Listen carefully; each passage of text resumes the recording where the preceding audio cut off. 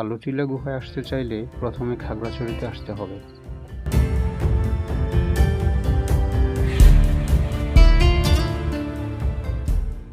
ঢাকা থেকে খাগড়াছড়ি শান্তি, Hanif, S Alam, Shyamoli, Econo এবং ঈগল পরিবহনের এসি, নন এসি বাস চলাচল করে। পরিবহনের সেবার মান অনুযায়ী নন এসির বাস ভাড়া 750 থেকে 850 টাকা এবং এসি বাসের ভাড়া 1000 থেকে 1600 টাকা পর্যন্ত হয়ে থাকে।